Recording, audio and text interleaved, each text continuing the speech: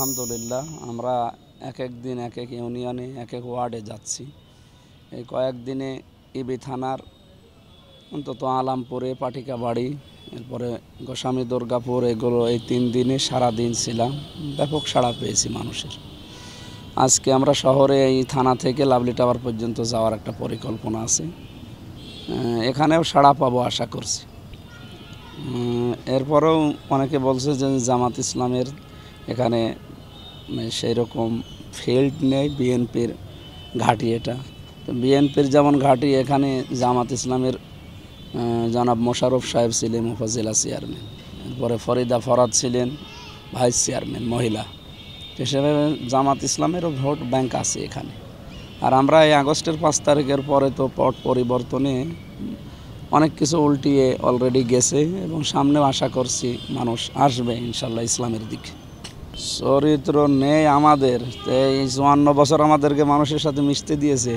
এই 15-16 মাসে যা আমরা অলরেডি দেখিয়েছি, চরিত্র কাদের নেই জনগণ এখন তো দেখতে পাচ্ছে।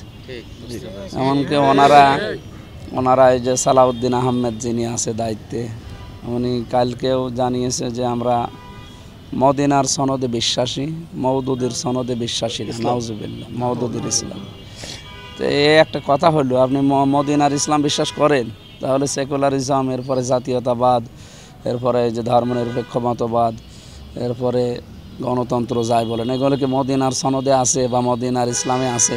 তার মানে আপনার নিজেদের কথায় আপনারা নিজেরাই মিথ্যাবাদী। অন্য কাউকে মিথ্যাবাদী বানাতে গেলে আপনারা নিজেরাই পৌঁছে যাবেন। আর আমি আশা করব এরকম মিথ্যা থেকে আপনারা দূরে থাকবেন। এটা তো আর চাপা মারার কথা বা প্রতারণা করার বিষয় না। আপনি সামনে আসুক সময়, আপনি দেখতে পাচ্ছেন না এই যে চাপা মেরে মেরে আমরা বড় দল করে কি অপমান হইল এই 4 জায়গায়, ডাকশো, জাকশো, চাকশো, রাকশোতে যে অপমান হয়েছে। বাকি যেগুলো আছে এগুলো তো আরও মনে হয় পৌঁছবে। বিশেষ করে ইসলামী বিশ্ববিদ্যালয়, এটা তো শিবিরের আতুর ঘর।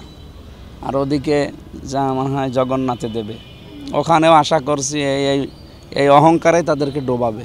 যেন অহংকার না করে আমরা, যেহেতু অনেক দিন একসাথে ছিলাম, আমরা চাই আবার ওইভাবে মিলেমিশে। ওনাদেরকে আমরা আবার বলছি যে প্রতিদ্বন্দ্বী কোনো দিন মনে করি না, প্রতিযোগী মনে করি।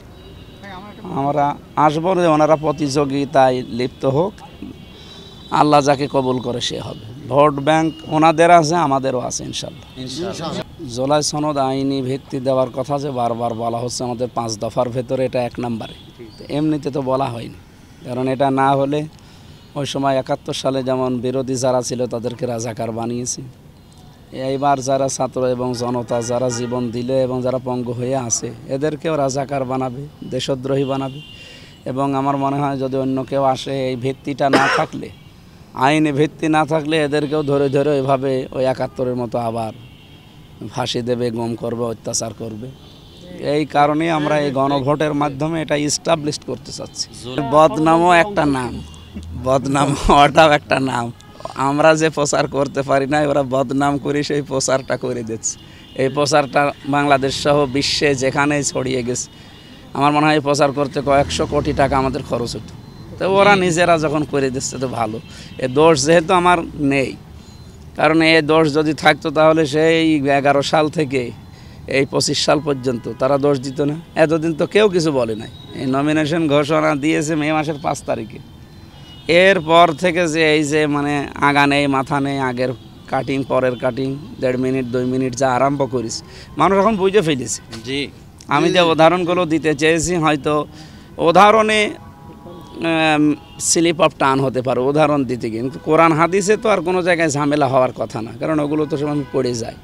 যে সমস্ত উদাহরণ মিলাতে চেয়েছিলাম ওই উদাহরণগুলো যাই দিয়েছি, যদি ভুলও হয়ে যায় আমি পরবর্তীতে মিডিয়ার সামনে এসে বলেছি যে এভাবে বলা ঠিক হয়নি। তো ওইগুলোই তারা এখন সামনে নিয়ে এসে, বিশেষ করে যে ইন্ডিয়ার এক নায়িকা রাশমিকা, এরপরে হজরত খাদিজাতুল কুবরা রাদিয়াল্লাহু তাআলা আনহা, এরপরে মাহা আলাইহিস সালামের ওইটা, এরকম কয়েকটা বিষয় ওরা সামনে নিয়ে আসে বেশি। তো এগুলো মানুষ এখন বুঝে ফেলেছে যে ওই কথা বলতে গেলে আমাদেরও ভুল হয়। যে মাওলানাগুলোকে ওরা লাগিয়েছে, সে মাওলানারও তো কয়েকদিন আগে ভুল হয়েছে। তিনি বলছে হজরত খাদিজা আল্লাহর স্ত্রী, নাউজুবিল্লাহ। এ কথা বললে কারো ইমান থাকে? তার যদি ইমান না যায়, আমার ইমান যাবে, আমি তো ভুলে বলে ফেলেছি। সুতরাং এই কথাগুলো যারা বলছে তাদের সতর্ক হওয়া এবং বিরত হওয়ার জন্য আহ্বান জানাচ্ছি। আর আমি জানি